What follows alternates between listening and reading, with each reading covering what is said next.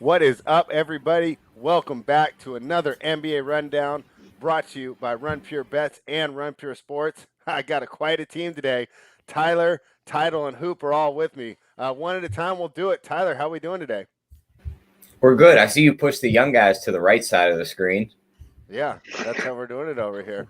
Well, Title, we how got you feeling 11 about being games. on the young guy side of the screen? Oh, it's always nice to be a young buck, feeling young, getting shooting hoops every morning, getting a nice workout in. And always stay young. That's the important part of life. So feeling good with joining Tyler. All right, Mike, how you feeling? It you've been trying to stay young as well. Oh, I mean, I always consider myself one of the young guys, but I mean that number keeps ticking up, and then before you know it, you're no longer one of the young bucks. You're on the left side of the screen. That's where I find myself today, and we take it. But I like the saying, you're only as old as you feel. So if you feel young, you're young. Yeah, definitely. One of my buddies yesterday sent me a picture. I said, When's that picture from?" He goes, "Oh, from my wedding 17 years ago." And I said, "Oh, wow. I mean, gosh, we are getting up there in age." So, Yeah. before we jump into the games, everybody please like and subscribe to the video so we continue to bring the good, solid content to you. That being said, we got quite a slate today. So, we got to jump in right away. The first game we got is the Pistons heading to take on the Hornets. Now, the Hornets, not thought of much in the preseason, right?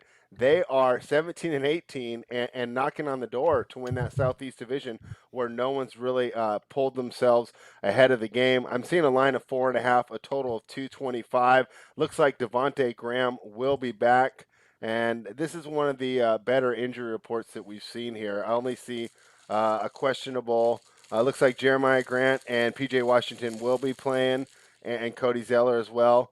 Looks like Josh Jackson's going to be playing too. So, wow, a full strength game. We'll start with you, Tyler. What do you think about this game, and how do you expect it to turn out? I mean, this is Charlotte or no play for me. This Detroit team is just so bad, even with Grant being their lone good guy and he's back in the lineup. I mean, he should score you 20 points here, but I don't think that's going to be enough to contend with Charlotte, who's going to be up and down the floor.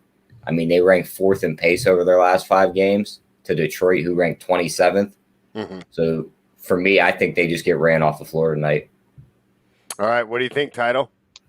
Yeah, I like Charlotte in this spot. I saw a stat before the All-Star break. I think Charlotte was one of them, but one or two most profitable teams against the spread this year. Like you said, they weren't thought of as very high preseason, but LaMelo Ball is just a superstar. Finally, rolling with him in the starting lineup every game, playing him 30+ minutes. I like this 4.5 number against Detroit, who Tyler said isn't very good at all. 4.5 seems like there's value on it, so that's my lean for sure. And I like this Charlotte team in the future. Yeah, you brought up a great point. Charlotte 17 and 18, but 19 and 15 against the spread. Detroit is actually 17 and 16 against the spread, but as I've noted on the show before, they usually cover the higher spreads. Once they get down below 5, they don't do as well. So that's why I'm leaning towards Charlotte here as well. Hoop, did you have any differences here, or is this going to be a clean sweep for the Charlotte side? Yeah, going to definitely be the clean sweep here. With the Pistons team, I mean, there's a lot of teams now in the second half of the season that we can kind of put in the category they don't give a shit whether or not they're winning ball games, and the Pistons are clearly in that category. Hornets have something to play for. I mean, they have a young core of guys, and like you said, they kind of overachieved there in the first half, so they're going to be looking to build on that momentum. There's not going to be many spots where I'm willing to bet on the Pistons to keep a game within 4 or 5 points. So I definitely lean the Hornet side. From a DFS perspective, we have games that have a ton of injuries, and like you said in the opening, this one's pretty clean for the most part. DFS purposes, we're going to want to be focusing on these teams that have the injuries, and this game just really doesn't have that doesn't fit that criteria with either of these teams. So not really any DFS plays, but I have a pretty strong lean here. The Hornets minus that 4.5. Title, what about you? Are you going to be putting any of these guys in your lineup, or is this kind of just move right along and check out some other games? Yeah, this it's such a big slate, like Hoop said. Better news, Raptors and stuff. I just can't really make a case. LaMelo's price is up. He's the only one that I really have interest in, but it's getting too expensive on the slate. And do you think his minutes will be down with Devontae Graham being back?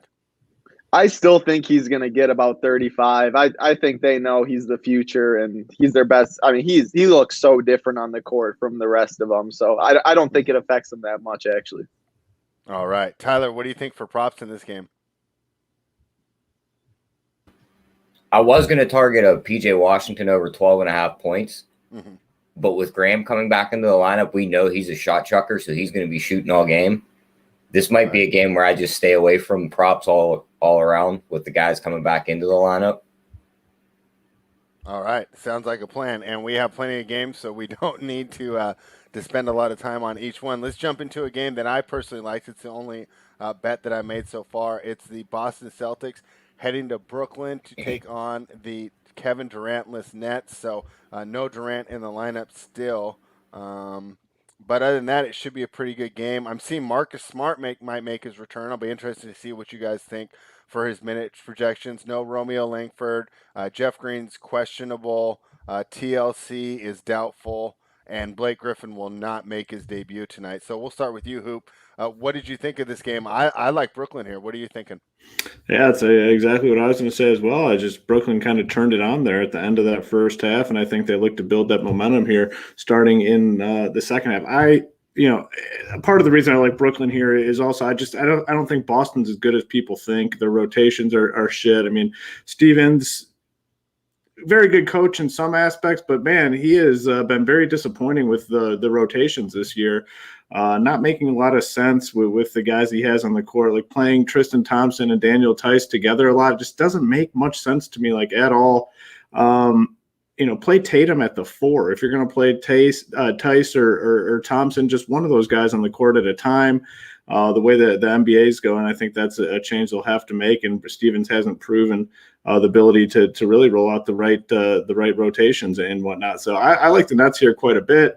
Similar to the other game, this team, for the most part, I mean, full strength. I mean, the Nets are obviously going to be without a couple guys, but when you have Harden and Irving out there, it's not, there's not much to go around.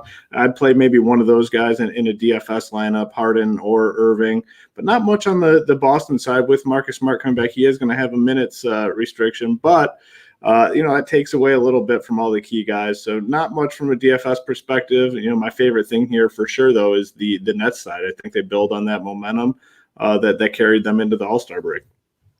Yeah, and I have to agree with you. When the signing of Tristan Thompson was announced, I said, hey, he's going to be the perfect backup for Tice.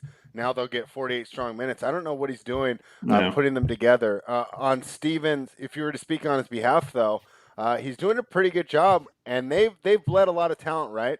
You look at the team a couple years ago. Since then, they've lost Morris, Rozier, and Hayward, and I don't think that they've really replaced any of those players. He's still managing to get them to play pretty well, but I think Danny Ainge definitely needs to jump in there and help them out. They've never been one to make midseason moves. I don't think there's going to be a lot of sellers this year. This might be the team that we see rolling into the playoffs. Title, we have a total here of 233, and the Nets are laying -2. What are you thinking for this game? Yeah, so I agree with you guys. I like the Nets side as well. Harden and Kyrie are just playing such good basketball right now. They play a ton of minutes. They're not as scared to roll them out 40-plus minutes. One of Kyrie or Harden's always on the court, and they're the best two players in this game, so I feel comfortable. It's a very low number, 2.5, so I feel comfortable with that. As far as DFS, Harden's one of my favorite spend-ups on the slate. He's just – he has the ball in his hands so much.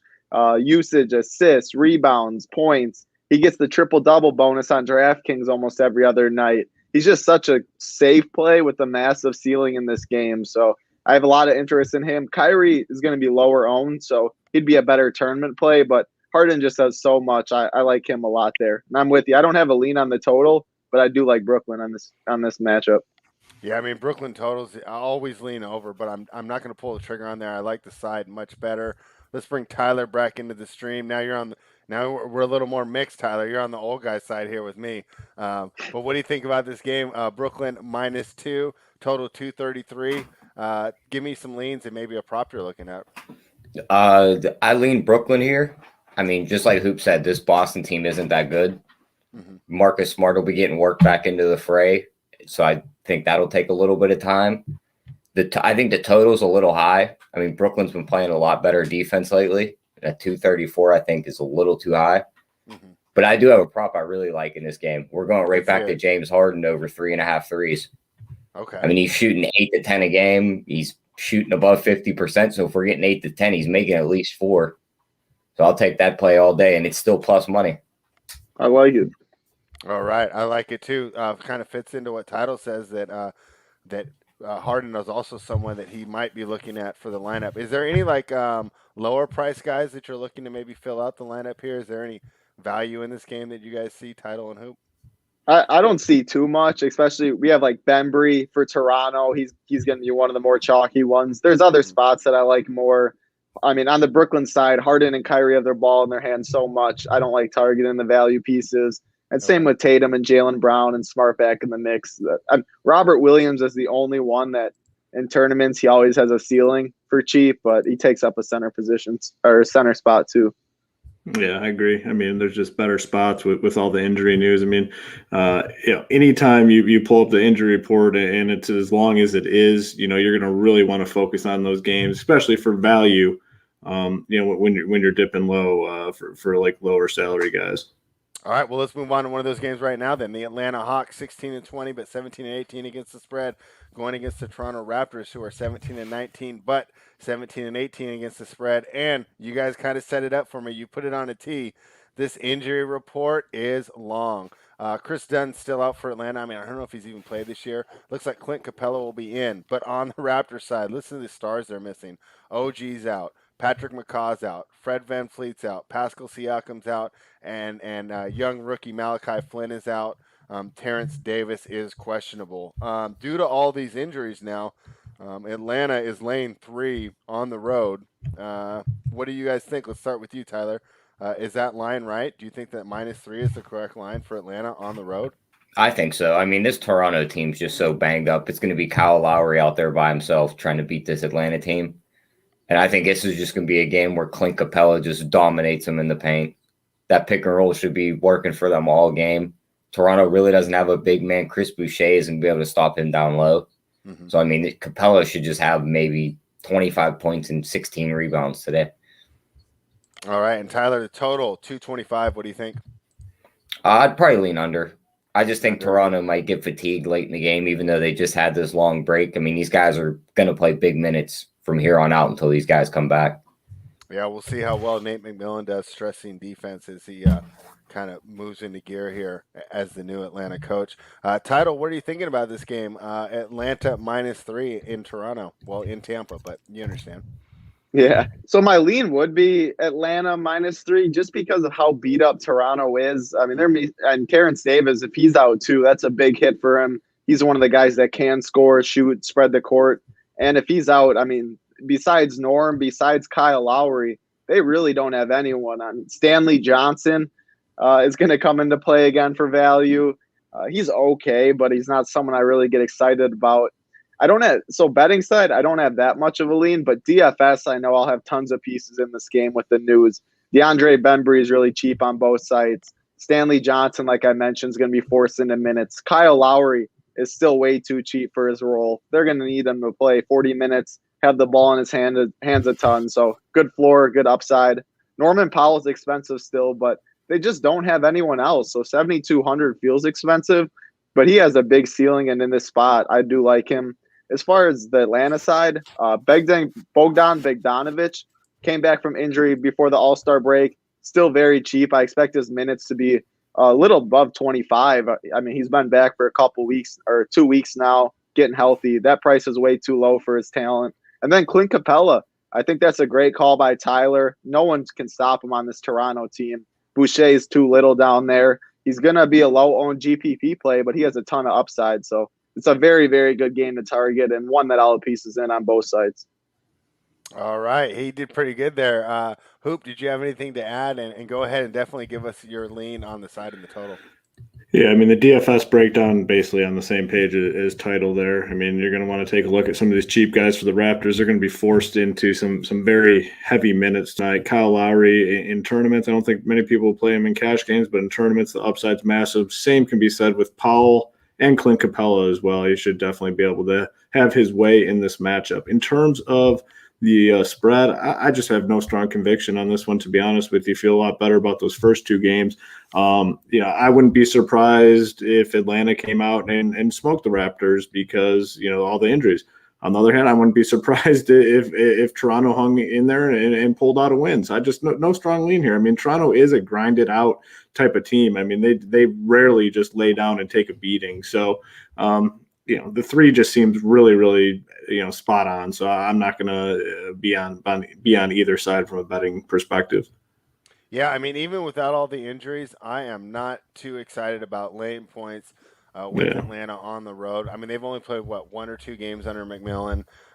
So regardless, we still should have the coaching edge for Toronto. And you talked about these guys filling up the minutes. And, other than that center mismatch, I think that the rest of the matchups for Toronto are pretty good. So, gosh, I'm not going to get involved. I almost think that I'd rather have the points in this situation. But there's so many games on the slate. It's just so easy to move on. I think this is a better game to target for DFS rather than just for betting sides, totals, or props. Speaking of that, Tyler, did you have any props on this game besides the Capella over? No, that was the only one I'm going to be targeting this game is just Capella. Okay, I mean, some of them Toronto guys are just inflated right now. I'd love to target a Powell or maybe a Lowry on 3s, but they have them both ticked up to 3.5. Yeah. So, I mean, I just can't play those with those guys. Yeah, and that's perfectly fair. Now let's go on to a game where I think this is the largest point spread of the night. So many games, so getting them a little bit mixed up. But the New York Knicks traveling to Milwaukee to take on the Bucks. The Knicks 19-18. Tyler, how you like it? 21-16 against the spread. The Milwaukee Bucks 22-14. But they lay these big numbers a lot, not always successful. 16-19 against the spread. Tyler, your favorite team. How do you feel? Are you grabbing the 10.5? I mean, that's a lot of points for this Milwaukee team, but they have been looking like the old Milwaukee team as of recent. Mm-hmm. So, I mean, they've been blowing teams out, but this Knicks team this year seemed to have their number. They keep these games close. They beat them once. So, I mean, to get double-digit points here, I'd probably just take the points. Yeah, that's the way that I'm leaning too. But that's usually my default, especially on these bigger numbers. I see Austin Rivers is out, Derrick Rose is out, Mitchell Robinson's still out, and Jordan Nwora is out for Milwaukee, and another guy that I can't even pronounce his name, Diakate, and Taj Gibson's questionable. So Milwaukee looks to be pretty much at full strength. That Derrick Rose injury, they've looked pretty bad without him before. What are you thinking, Hoop? Yeah, this spot is it's a tough one. I mean, with the Bucks, I mean, yeah, they started to look a little bit better towards the close to the All-Star break, but for the most part, the first half of the season, it's a team you just don't know what you're going to get out of them. I mean, they come in and they look flat. They come out and they look dominant. Maybe the break does them well and they get back to their dominant performances, especially against some of these, weaker East teams, although the Knicks have looked obviously pretty good so far this season, one of the more surprising teams. I mean, in terms of betting stuff, like I've just avoided these Bucks situations because, like I said, it's just hard to predict what you're going to get out of them. From a DFS perspective, I mean, I think Giannis is one of the better spends on the slate here. I mean, he had some monster fantasy games there to close out the first half. I think we start seeing a lot more of that. They just don't have the secondary bodies. Yeah, Drew Holiday should start to get back to normal, but Giannis is just, so phenomenal for DFS. He's not all that expensive with all the value on the slate. It's very easy to work him in. So it'll be one of the higher owned guys, but, one of the higher ceiling guys as well. So a phenomenal spend, on the Knicks side. They were a team early on that we were targeting a lot in DFS because there's so many minutes for their starters. That kind of trickled off a little bit. And like with Noel was popular for a while, but the price has now finally adjusted on him quite a bit. So for me, the big standout here would just be Giannis and, good play, obviously, in all formats because of that super, super high ceiling. What are you thinking, Title? Yeah, so it's a lot of points. I can't take Bucks minus 10.5 here. They just haven't shown me enough this year, but I don't feel comfortable taking the Knicks either because the Bucks are now getting a lot healthier. Drew Holiday, I expect his minutes to be ramped up, should be back over 30. He's such a big piece on this Milwaukee team. Defensive side, offensive side of the ball, gets Giannis more open looks. So I expect the Bucks to start well in the second half of the season. They need to because they've been a big disappointment this year for what they want to do. But 10.5 is a lot. As far as DFS, Giannis is always one of the best plays on the slate. He's going to get a lot of ownership today, but his floor is so high, his ceiling so high. The only thing that worries you for DFS is the blowout. If they do get up by 20, he won't see the late fourth quarter run. So that's the reason to fade him if you think that. But we think that Knicks keep it close. Giannis gets the big minutes, so he's in a smash spot. But I don't have a lean for betting. Like we said, there's a lot of other games that we like a lot more. This seems about price right. Yeah, I mean, I definitely lean to the New York side, but there's so much on the board here. Um, you know, it just doesn't seem likely to get involved. And I know that when we watch the Knicks with against the Spurs without Derrick Rose, they look lost on offense, and it really surprised me how much a new addition mattered to that team and their ability to get to show offensive continuity. So that's basically what's keeping me off. What seems to be a pretty attractive spread, and what my model tells me I should be taking. But at the same time, I don't know how to accurately adjust for Derrick Rose. I almost feel like, it should almost be like an illogical number that you adjust for this team being out. So we'll move on to the next game. The Minnesota Timberwolves, my favorite fade in the NBA right now, 7-29 overall, 13-22 against the spread, going against the Pelicans team that seems to be finding their way, and they needed to after such a poor start. 15-21, also 15-21 against the spread. Right now, New Orleans laying 8 at home with a total of 238. Tyler, pretty high total. What are you thinking in this game? I'd lean towards the New Orleans side, but I'm not going to play anything on the side or total here because we've seen these Pelicans. They can come out one night and they look like the best team in the league, and they come out the next night and they lose to the worst team in the league. So they pick and choose their nights they want to play. And I'd love that total if we had Malik Beasley back in the lineup for Minnesota, but we don't. Yeah. So I'd probably lean under, but my main play in this game is going to be Zion's points prop over.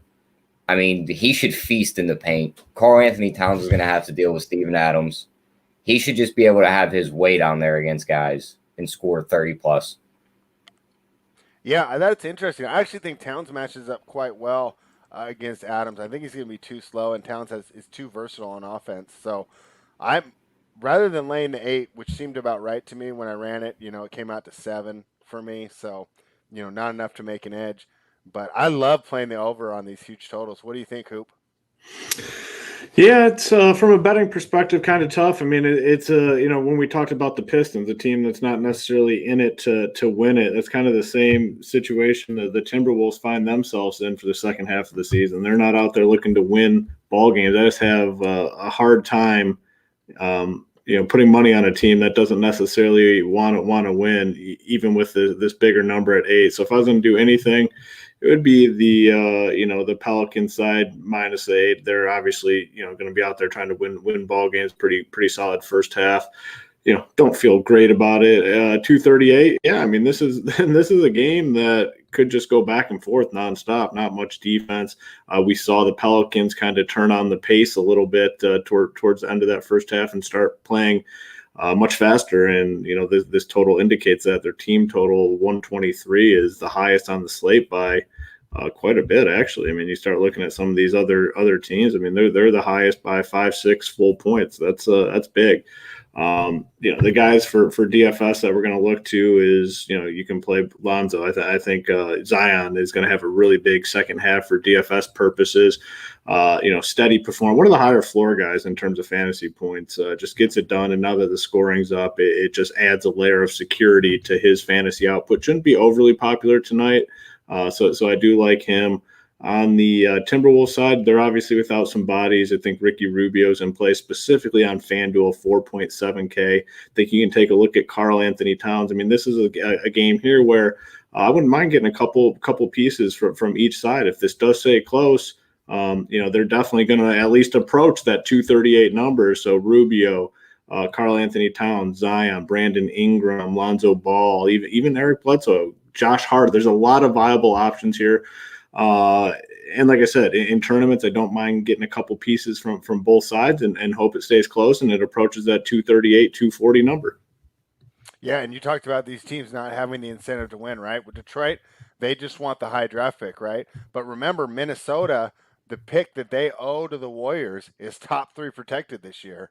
So they have even more incentive to land into that top three. It's a rough situation for Chris Finch. Obviously, he wants to come in and make a difference, but you want to do it at the expense of maybe missing out, because even at 4 or 5, that's going to be a great pick this year. Yeah. So definitely interesting to see how Minnesota approaches the second half of the season. Hoop talked about it a tad, but hey, a total of 238.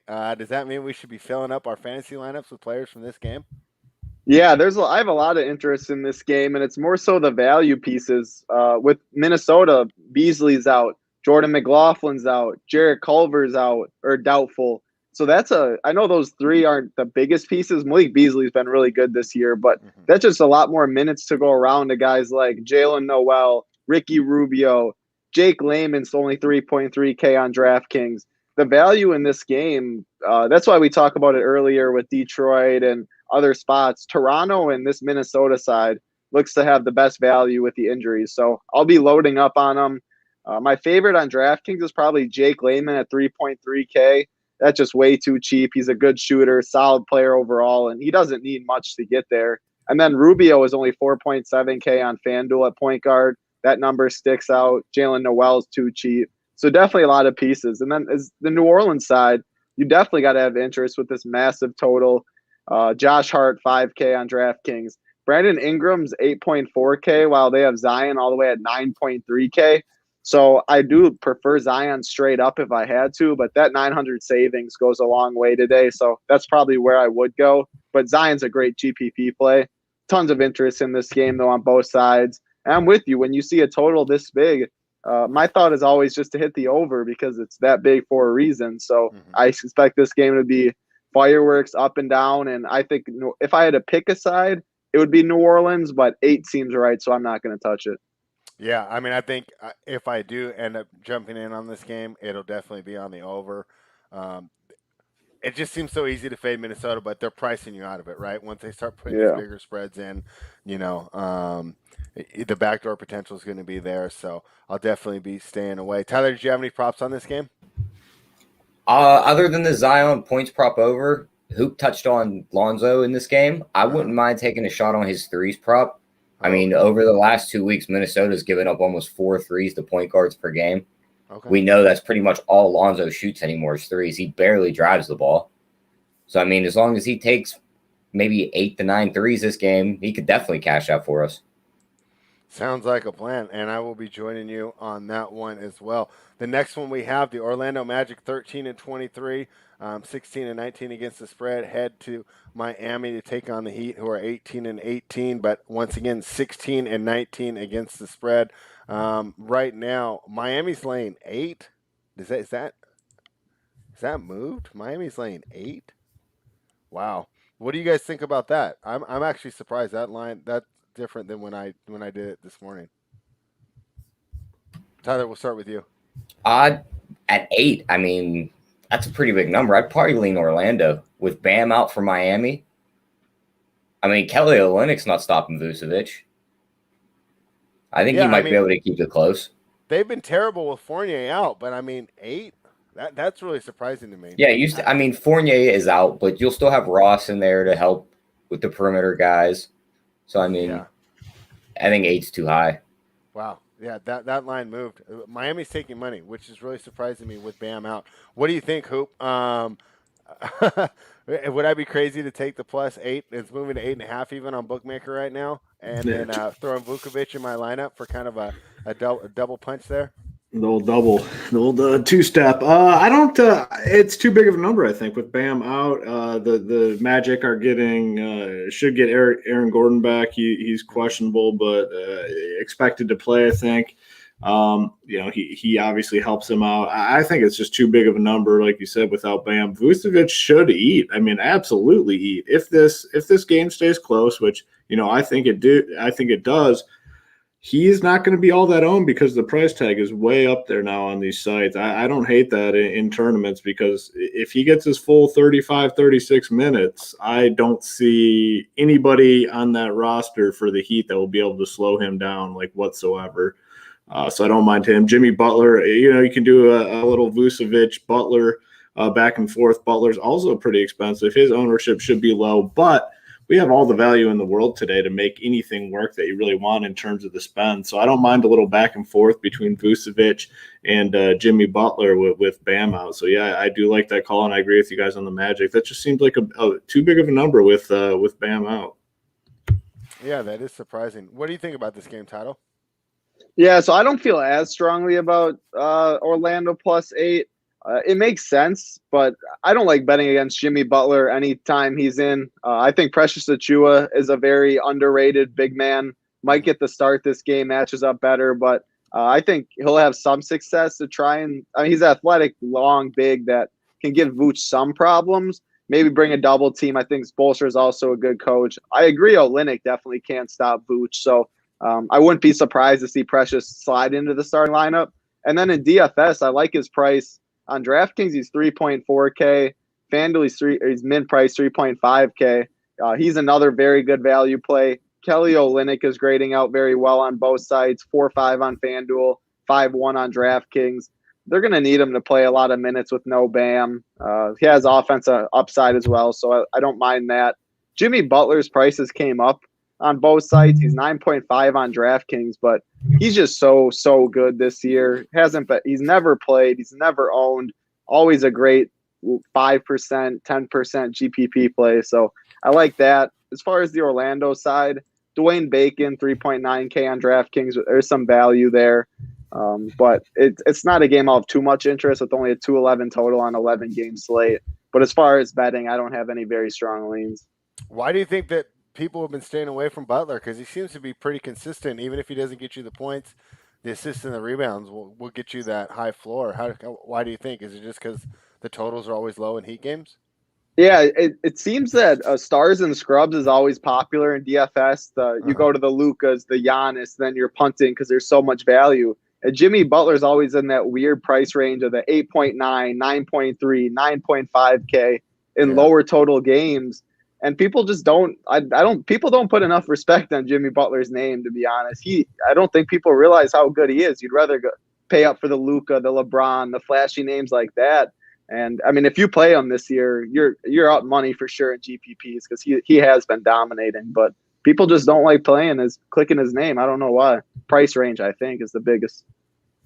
Yeah, so Title's obviously drinking the Big Face coffee. Hoop, what do you think? Do you think he'll go into your lineup tonight, or did they price you out of it?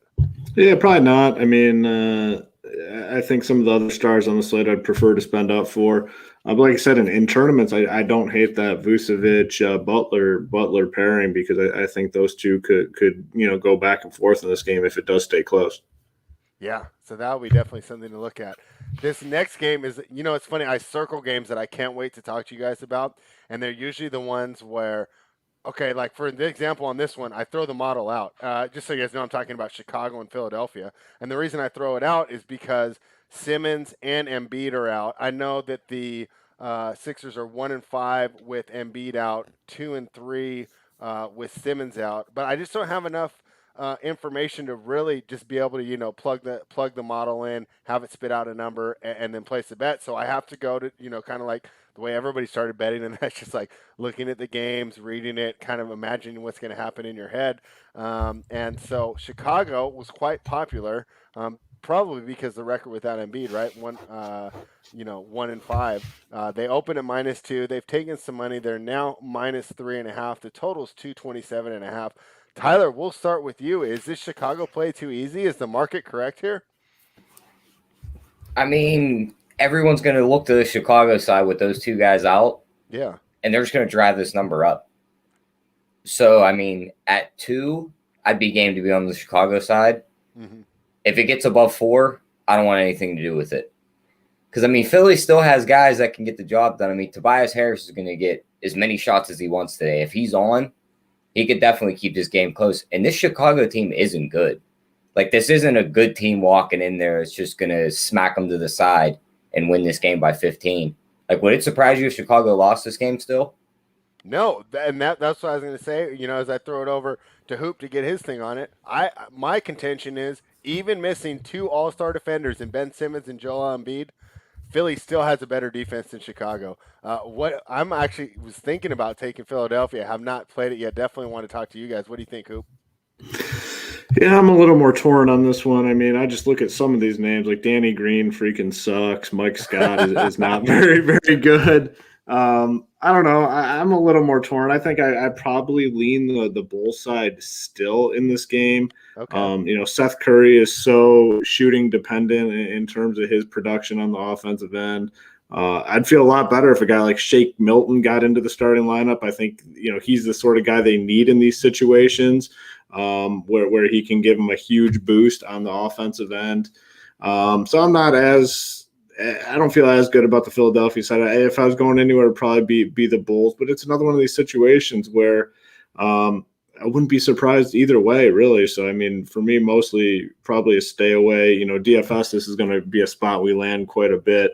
On the Philadelphia side with Embiid and Simmons out. Tobias Harris is a lot, especially on FanDuel, absolute lock. He's only 6.9K, still obviously a good play on DK, but a lot of these guys, same situation, better prices on FanDuel versus DK. Does not mean they're out of play on DK, but they're more lock type plays on FanDuel, especially like Seth Curry, Tobias Harris for sure. I'm assuming Korkmaz gets the start. He's a good cheap play as well. So you're going to be here a lot for fantasy purposes. I mean, you got 4, 5, 6 guys in play. Dwight Howard, I think, is in play regardless of whether or not he starts. On the bull side for DFS purposes, not a ton of interest. I mean, they got a lot of their guys back from injury. That should spread out the offensive production a little bit. So not a ton of interest on the Bulls side, but the main thing here is the 76ers value.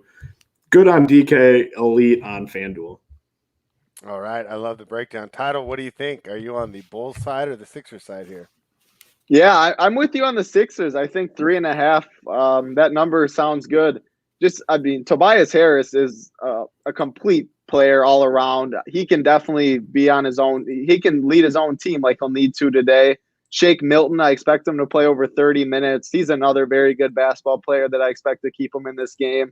Matisse Thybulle, hoping he gets about 25 minutes, maybe a little more. He's probably the top 5 defender in the league on ball. Just a very, very, very good hands. I expect him to be on Zach LaVine a lot, or they shown that they go to zone sometimes when they have injuries, and Matisse Thybulle in the game because he played the 2-3 at Washington and is very comfortable in that. So I wouldn't be surprised if they try and mix that up for Chicago to try and shoot, settle for threes. And I like this 76ers side. I probably would wait a little bit. As you said, the Bulls they opened up at 2 yesterday. They've been getting steam. Wouldn't be surprised to see it get to 4 or something and then hammer there. But 76ers is my lean. I think they're still about the same, maybe even a little better than this Bulls team that I'm not very high on. Yeah, the Bulls have been fun to take as an underdog, but once you start moving them in the favorite spot, I'm getting a little apprehensive there to jump in. And then I got Hoop's thoughts, but so FanDuel is the lock. But how about if I'm making a DraftKings lineup, 8,100 for the number one option and Tobias Harris? Does that seem like a plan, or just stick with him on FanDuel? No, I still like that price tag on DraftKings personally. I know it feels a little much, but I mean his role now is so big. His usage rate could be 32%, 35%, and and then that's way too cheap for someone that's as talented as he is. So I think that price is still. I like it a lot.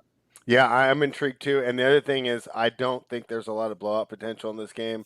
As good, I don't see either team really running away with it. Even if Chicago, if that play doesn't work out for me and Chicago does not cover, I don't see them blowing away the 76ers team. The good old superstar subtraction theory, right? That everybody's excited about having more of a role on the offensive end. That energy translates to the defensive end as these players are kind of trying to establish the new pecking order and get their usage higher. So I think it's a pretty good spot for Philadelphia. So be interested to see how that one turns out. This next one is kind of a rematch from something that we saw earlier.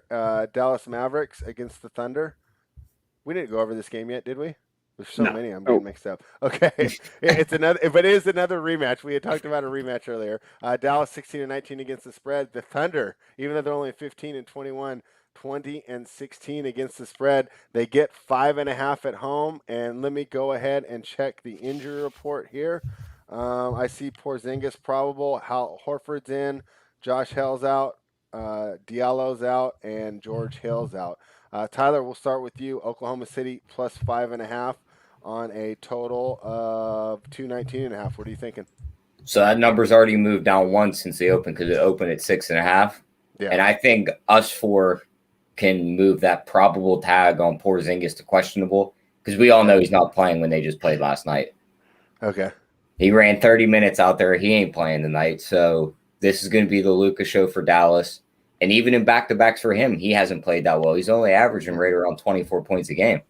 That's not a Luka stat line. So, I mean, you'll have Lou Dort on the other side chasing him around. That's a nightmare matchup. Mm-hmm. So, I mean, my favorite play in this game is going to be the under. We all know OKC is a defensive-minded team. Their offensive is limited, so they're not going to put up tons of points. And with Dallas, we've seen them in these back-to-backs. Their legs have given out in these second halves of games multiple times this year. All right, Hoop. 5.5 points and 10-8 for a guy going against Lou Dort. What are you thinking?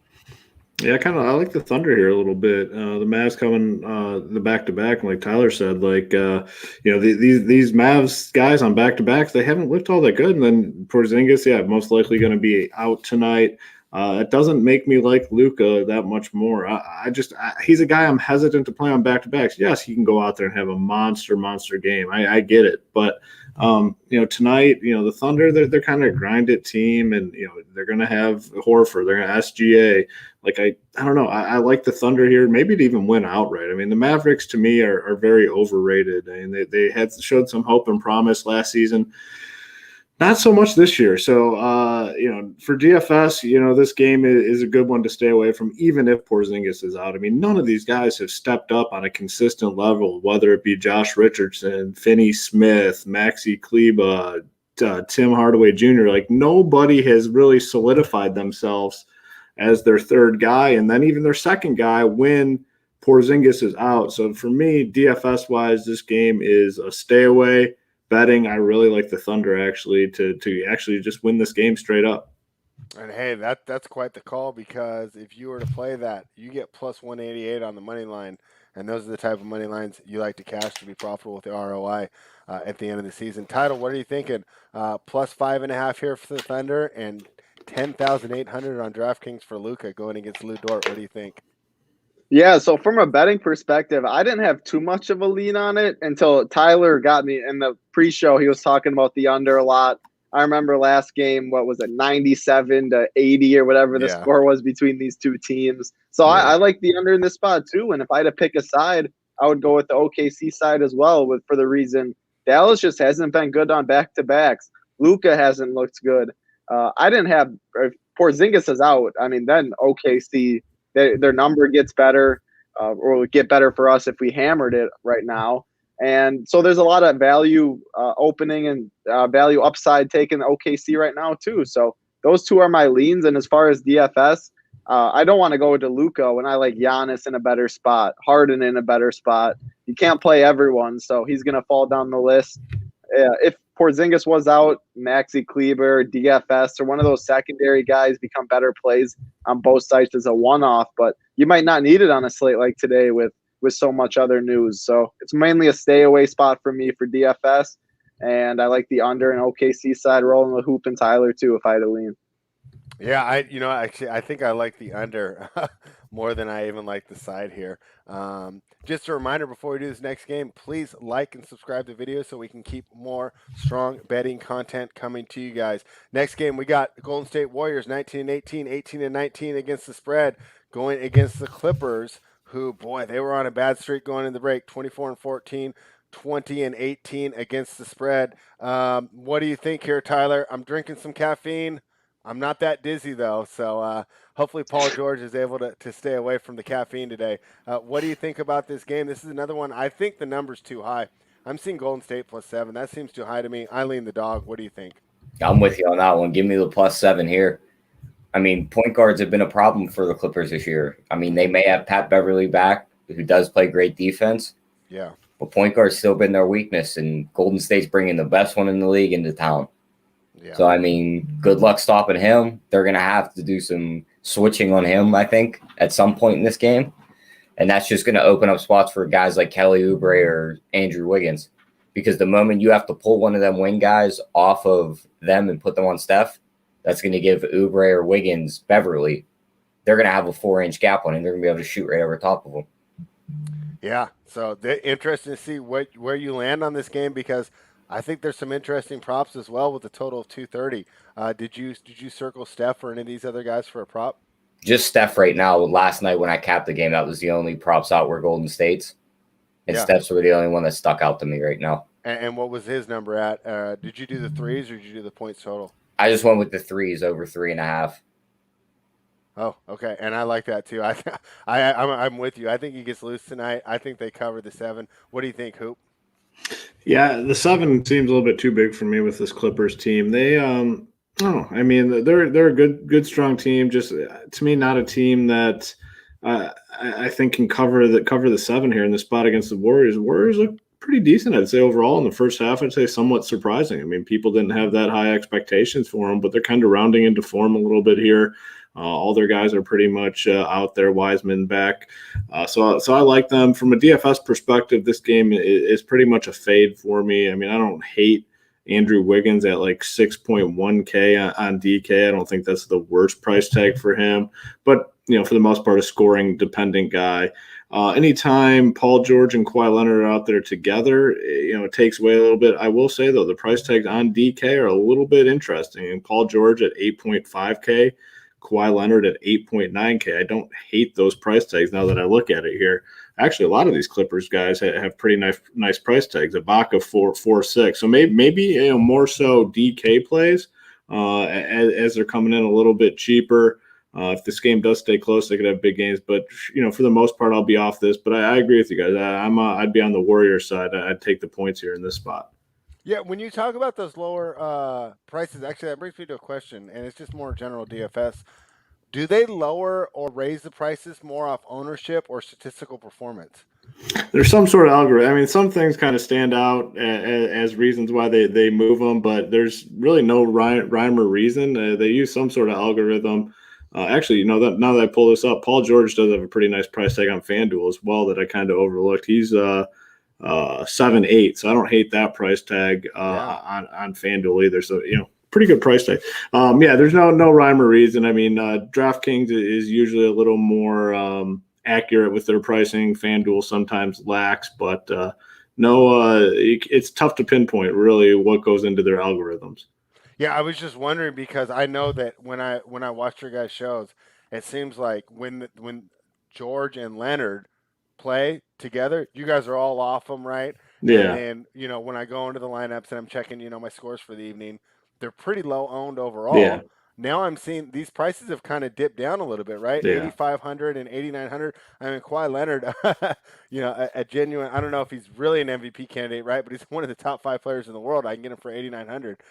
What do you think, Title, about all the questions, where do you lean in the game? Who do you like there? And why are these prices dipping? Is it because of the stats or the ownership? Yeah, so the Kawhi and Paul George prices really stuck out to me too on both sides, and I didn't have too much of a lead on this game, but you three think the Warriors keep it close, and if that's the case, I expect one, if not both, of Kawhi and Paul George to have their way, just because their prices are so low, and either one of them have the ball in their hand. It's like almost all the time throughout the game. So 8.9K for Kawhi, 8.5K for Paul George. I'll lean Kawhi just because like you said, he's one of the best players in the world. His ceiling is so massive. If this game stays close, Kawhi's going to play a good amount of minutes and should absolutely come up with a really big score for 8.9K. But I don't have any runbacks that I love on Golden State because they're all priced up to more than I want, and they're now healthy. So if anything, it's going to be the Clippers and DFS. Paul George does stand out on FanDuel way more than Kawhi because of the $1,500 price difference and shooting guard eligible, which is always one of the weaker positions. And then betting, Warriors, I guess I'd be with you there. I don't have as strong of a lean, but I like the game that you guys think it stays close, and Clippers for me in DFS. All right, fantastic. Let's talk about a game that I think is great from a fan's perspective.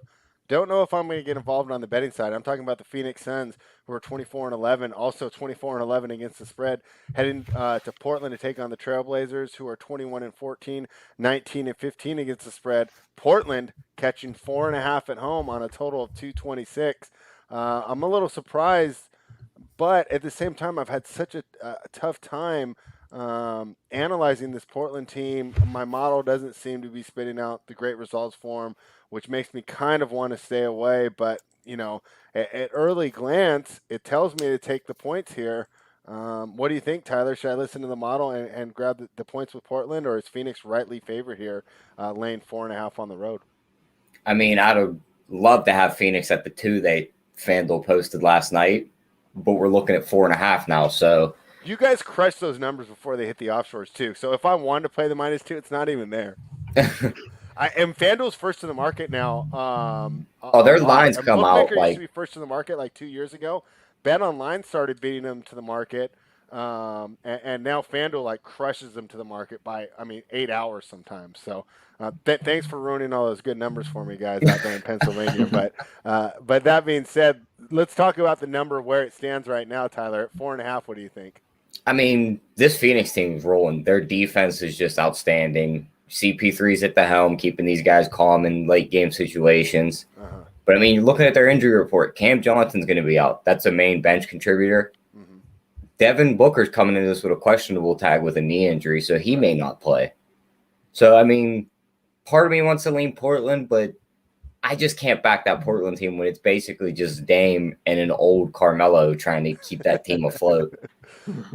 All right. So, Tyler, not a big fan of Gary Trent Jr. What do you think, Hoop? Yeah, it's a tough squad here, man. These Trailblazers, the pieces they have with CJ McCollum out are just not all that exciting. It's literally like Dame or bust, or Dame and, like Tyler said, Carmelo Anthony, gets some energy and comes out and has a big game. But I think Devin Booker, questionable, that could obviously change things a little bit. I wouldn't be surprised if he sat here, and if he does for DFS purposes. We can take a look at some of these secondary guys. Crowder, Bridges would be in for a lot of minutes. Chris Paul as well, and then it's easy. You can run it back with Dame on the other side if it stays close. Dame's most likely the guy that's going to keep it close. Even though Chris Paul does play some solid defense. So, for DFS, gotta kind of have to wait here and see if we get the news on Devin Booker. Probably won't get it. This is a 10 p.m. Eastern game, so it could be one of those situations where you save a few spots for the end and you can make the adjustments. And, if he does end up playing, you still have some solid options in these later games as well. If I was going to lean anywhere, I'd probably just take the points here and hope Booker sits, maybe make the play, relatively soon, opposed to waiting on that news. But not a really strong lean, just for the reasons that we mentioned. It's literally Dame or bust for the most part on the Trailblazer side. But Booker out could lead to some value in DFS on the Sun side. All right, Tyler, what do you think? Phoenix -4.5, and were you wearing a hoodie shooting jumpers this morning? I was not wearing a hoodie shooting jumpers this morning, but I should if I can shoot like Melo does. He is so fun to watch. One of the best scorers of all time. But I hope he still plays for multiple more years because he's still got game in him. But I don't like betting against this Suns team. This team is really, really good. Maybe they are a regular season team like the Bucks have been in the past because they play defense for 48 minutes. Because CP3 is a very good leader, and then when they get into better talent and stuff, maybe it goes down or their production goes down a bit. But I think the numbers right now, I lean over 227 if I had to have any lean. Portland can't stop anyone. Phoenix is very efficient on the offensive end, and I expect Portland and Dame to keep it close enough where the starters roll out a lot of minutes. Maybe if it is a blowout for the Suns at the end. You can always get there in garbage time too when you're just chucking up stuff. So over 227 is my lean a little bit. I won't take anything with the Suns just because if Booker is out, that is a big bump down to their team. 4.5, I wouldn't like that. As far as DFS, Dame, you can always make a case for if this game does stay close. It's definitely because of him. CP3 is always someone I enjoy in tournaments just because he has a lot of hidden upside since we probably don't get this Booker news. And even if Booker is in, CP3, I mean, I think this is his team this year. He's such a good leader, has the ball in his hands a ton, showing upside even with Booker in. Cantor, his price is good on FanDuel. He's only 6.7K. Showed an absolute monster. What was it, 26 and 20 or 29 and 20, whatever he did last game before the All-Star break. He has that upside as well, but I don't love this game for DFS, but if Booker is out, they get big boost. Yeah, but I think that'll be tough to manage. I think, like Hoop said, you almost got to gamble and leave spots open. I doubt we will get that news beforehand, and it's really too bad the NBA does that. As they said, they wanted to be more gambling friendly, but they didn't have anything. The actions aren't necessarily matching the words there. Now, one of the famous R&B ballads when I was a kid told you to save the best for last. But we didn't do that here today, not at all. We have the last game on the card is the Houston Rockets against my local Sacramento Kings. The Kings are laying 4.5. The Rockets are one of my favorite fades, but the Kings have been one of the best fades for like the last 15 years. So I'm really torn on this game. Of course, we don't have to bet every game, and I think this game is a perfect example of it. But let's get a quick talk about it before we get out of here. And Tyler, tell me what you think about this game. Kings laying 4.5, and is there any props that you're looking at? I mean, this is the barn burner of the night spread. This is what we all came for. But, I mean, this Houston team, ever since Christian Wood went down, I mean, they've just looked so bad. They're back to being the small ball team. They have no big man. PJ Tucker's trying to guard centers. And now you're going to have a Sacramento team come in that likes to play at 1,000 miles an hour and run up and down the floor. So, I mean, the only way I could bet this game would be taking the -4.5 on Sacramento. Yeah. There's no way I could back Houston until Wood gets back.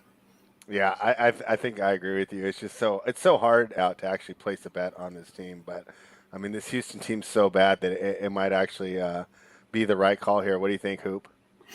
Yeah, I mean, I'm not a huge fan of the Kings mostly because I think Luke Walton is a complete moron, which is an accurate statement. But yeah, he might be the worst coach in the league. Yeah, he's really bad. This is like my favorite game of the night for betting. I love the Kings, man, in the spot. Like I want to be against the Rockets any opportunity I can get. And this is, I think, a pretty good opportunity for the Kings. I mean, gonna have Halliburton back. I doubt he plays full minutes, but man, like this Rockets team is just dead and dusty to me. I think the Kings come out and bomb them here. So give me the Kings minus the 4.5. I actually feel really good about it. It's going to be my bet on the show here. So from a DFS perspective, we can take a look at some of these Rockets guys. I mean, you can take a look at John Wall. I think Oladipo is a strong play. That monster game before the All-Star break. Probably actually prefer him. Pretty fair price tag on FanDuel. I think he's 7.7. So I really like Oladipo.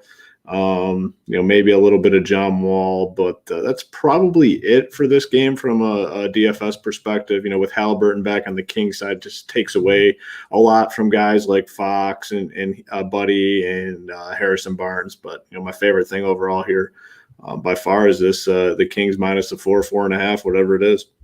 Yeah, you're making me more and more excited on that game. I think I might have to jump in with you.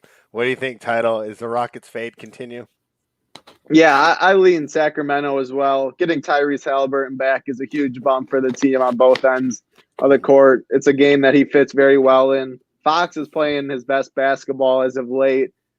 Definitely not he's so good, so explosive. This is such a good matchup for him against John Wall, too. I like him in tournaments on both sites, too. He's another guy. Now he's 9-1 on DraftKings. He's 8-5 on FanDuel. Well, he'll be a little more popular, but 9-1 on DraftKings, he's going to probably be 3% owned, 4% owned, and he has 60, 65 plus upside. And anytime that happens, late night hammer, we like the game. We like the spot too. I don't mind that price.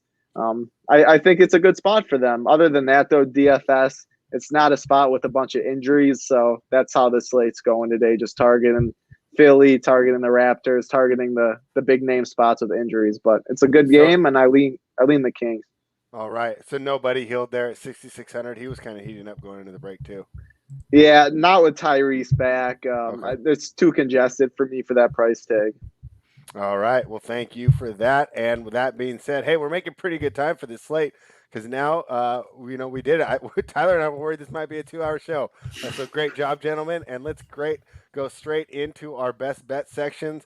Side proper total. Tyler, what are you thinking? I mean, I just got to stick with that Clint Capella over 14.5 points. All right. I just think Toronto has no answer for him down low. The pick and roll should just work every time him and Trae Young run it today. He's scoring 20 plus today. I love it. So that will be in. I'll be placing that bet. Hoop, what are you thinking here?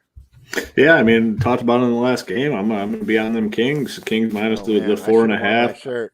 I just want to be against the Rockets in any spot I can make the case, and I can definitely make the case here. I mean, the Kings have the talent, but obviously, like I said, the only thing with the Kings that hold them back in this spot is Luke Walton doing something dumb. But that might not even matter against the Rockets because they're so bad, and they've been so bad without Christian Wood. So give me the Kings. Yeah, I'm with you, and I'll tell you what, Luke Walton's not very popular in this town. Yeah. They can win 10 in a row, and we'd still want him fired. Yes. What are you thinking, Title? What's your best bet?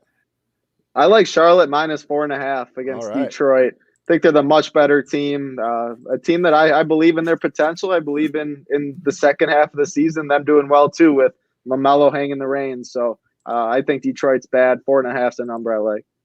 All right, and I'm going to go with a high-profile game, and I am going to take the Brooklyn Nets, and I placed it at 2.5, but I'm going to go ahead and give out the number that I see on the screen right now, and that's Brooklyn -2. I just like the way this team's playing. They seem to be coming together. You guys mentioned, they do have the best offensive weapons on the floor, and I kind of touched on Tatum not necessarily being 100%. Since that COVID diagnosis, he has confirmed it in interviews. Jaylen Brown has been absolutely fantastic. So, of course, that's always a worry. But, I mean, you're going to try and guard Kyrie Irving with Kemba Walker. I mean, come on. I think the only thing that could really derail me here would be a return of Marcus Smart at 100%, because he's really such a disruptor and he's the heart and soul of this Boston team. So, of course, that is quite a worry. And if this line was larger, I wouldn't bet it. I don't think that Brooklyn necessarily gets margin here. But at -2, I can safely say it's just pretty much pick the winner. If it lands on 1 or 1.5, so be it. But I like the Brooklyn Nets here, so that will be my official best bet. We'll be throwing those in the Discord for all the members who did not have an hour to watch the show. But you guys had an hour to spend with me today, guys, and I really appreciate it. You guys got anything else before we get out of here? Title, anything else you want to say to everyone before we get out of here? Yeah, it's going to be a fun slate today for DFS. Got our favorite bets. Make sure to check it out. We got a free show. Hoop, Big T, and JT are on at 4:45 Eastern. Giving out an $888 ticket as well for DraftKings. So That'll be a fun show to tune into.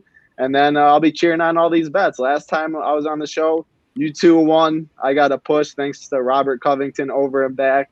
And that was sad. But it was so terrible. Yeah, that was very disappointing, very hurtful. I don't know what he was doing. Wanted a foul, who knows? But you guys got the win. You guys carried it. Should be a fun slate to sweat along, though. Yeah, Hoop, you're going to put in a lot of work today, so you will be live with everyone at what? Yep. 1:45 my time, 4:45 your time? Yep, 4:45 Eastern. We're doing the drawing.